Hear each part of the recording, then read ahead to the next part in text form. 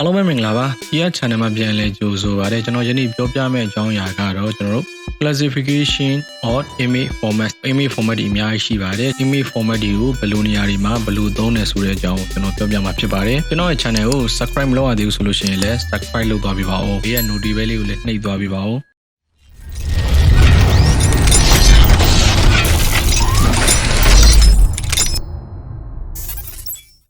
image format တွေကိုသုံးတဲ့နေရာမှာကျွန်တော် PSD တို့ JPEG တို့ GIF တို့ PNG တို့ TIFF တို့ရှိပါတယ်ကျွန်တော်ပထမဆုံးအနေနဲ့ကျွန်တော် .psd file အကြောင်းကိုကျွန်တော်ပြောပြမှာဖြစ်ပါတယ် .psd file ရဲ့ခြေကောက်ကတော့ကျွန်တော် Photoshop document လို့ကျွန်တော်တို့အများသတ်မှတ်ကြပါတယ်တော့အလုပ်တစ်ခုလုပ်တဲ့အခါမှာချောမတက်သေးတဲ့အလုပ်တွေမျိုးတွေကိုကျွန်တော်တို့ Photoshop format ဒီ default format PSD file နဲ့ကျွန်တော်သိမ်းမှာပြောချင်တာကတော့ဒီကျွန်တော် design ပဲလုပ်လို့ဓာတ်ပုံပဲကျွန်တော်တို့ပြင်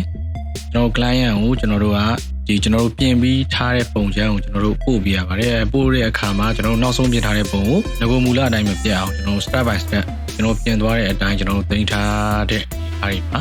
အခုဒီ PSD format နဲ့ကျွန်တော်တို့သိမ်းပါ client ကသင်ပြေပြီရပြီထုတ်လို့ရပြီ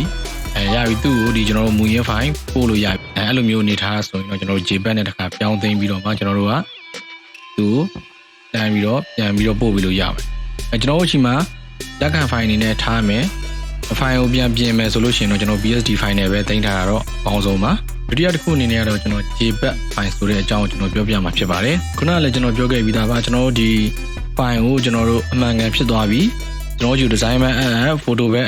ပြင်လို့မရတော့တဲ့ file သူတို့ကြိုက်သွားပြီဆိုလို့ရှိရင်ကျွန်တော်တို့အဲ့ဒီ file ကို JPEG format နဲ့အောင်ဆုံးအနေထားမှာတင်ပြီးတော့ဒီ client စီပို့ပေးတာဖြစ်ပါတယ် JPEG file ရဲ့အရှိကောက်ကတော့ joint photographic expert group လို့ခေါ်ပါတယ်သူကဆိုလို့ရှိရင် color က 24bit color ဒီစပို့လုပ်ပါတယ်ပြောချင်တာကတော့အရောင်ပေါင်း16ပတ်သုံးနိုင်ပါတယ်ဒါပေမဲ့ compression technique မှာ JPEG ကတအားနဲ့နေတဲ့အတွက်ကြောင့်မလို့တချို့ image တွေမှာပြောင်းလဲလုပ်လိုက်လို့ရှိရင်ပုံထွက်မကောင်းတော့ပါဘူးကင်မရာတွေကနေပြီးတော့ကျွန်တော်တို့ရိုက်တဲ့အခါမှာဒီ JPEG format နဲ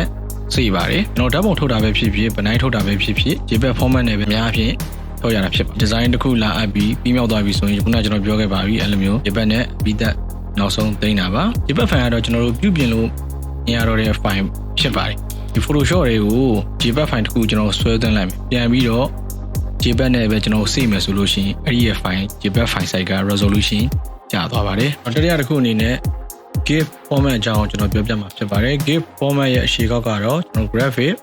interchange format လို့အများသတ်မှတ်ပါတယ် GIF format သုံးလို့ရမယ်အဓိကအနေထားတော့ copy တွေအတွက်အဓိက format ဖြစ်ပါတယ်256ကြောင်းနေအထိကိုကြောက်ပြတ်ခြင်းမရှိပဲသုံးနိုင်ပါတယ် GIF ကအားသာချက်အဓိကလောက်ဆောင်ချက်ကတော့ animation image လေးဖြစ်ပါတယ်ကျွန်တော်စတုတ္ထတစ်ခုအနေနဲ့ပြောမှာတော့ PNG file အကြောင်းကိုကျွန်တော်ပြောပြမှာဖြစ်ပါတယ်PNG file ရဲ့အရှိကောက်ကတော့ကျွန်တော် portal network graphic လို့အများသတ်မှတ်ကြပါတယ်သူကဆိုလို့ရှိရင် GIF GIF file ရဲ့ကျွန်တော် new version လို့လည်းမမှားပါဘူးဒီ PNG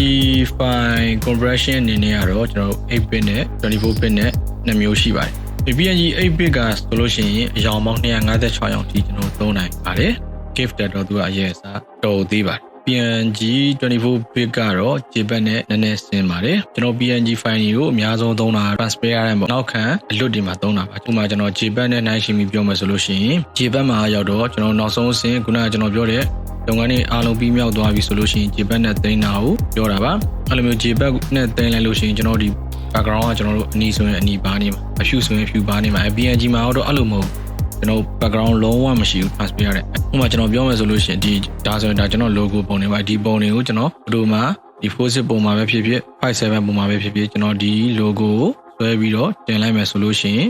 ဒီ logo ရဲ့နောက်ခံ transparent ဖြစ်တဲ့အတွက်ကြောင့်မို့လို့နောက်ကိုဖောက်ထွင်းပြီးတော့မြင်နိုင်တဲ့ပုံစံဖြစ်တာပေါ့အဲ့လိုမျိုး logo တွေမှာအများဆုံး PNG file ကိုသုံးပါတယ်ကျွန်တော်နောက်ဆုံးပြောပြမယ့် file ကတော့ TIFF file ဖြစ်ပါတယ် TIFF file ကိုတော့ကျွန်တော် tag image file format ဆိုပြီးတော့အရှိကောက်များခေါ်ပါတယ်ရုပ်ပုံ file တွေကိုသိမ်းတဲ့ file တစ်ခုအနေနဲ့အများဆုံးသုံးကြပါတယ်လူမင်္ဂလာဆောင် shortcut လေးတွေပြီးတော့ဖိတ်စာအတွက်သုံးတဲ့အတူအစလေးတွေကိုကျွန်တော် TIFF file နဲ့အများဆုံးသိမ်းပါတယ်နောက်တစ်ခုကကျွန်တော် TIFF file သုံးတာက benign set တွေမှာကျွန်တော်တို့ TIFF file နဲ့သိမ်းပြီးတော့ EYMK color full color နဲ့ကျွန်တော်တို့ print ထုတ်တဲ့အခါမှာ